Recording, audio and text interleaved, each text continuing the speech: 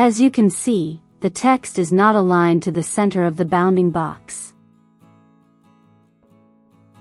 To fix that, go to Effect, Path, Outline Object. Open the Properties panel, and scroll down to Align. Click on the three dots.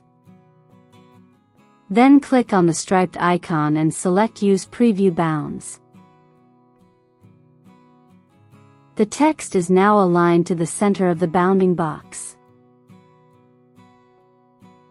You can still edit the text.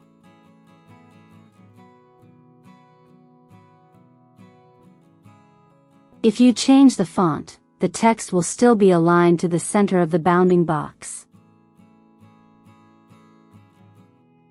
And that's how you align text to the bounding box.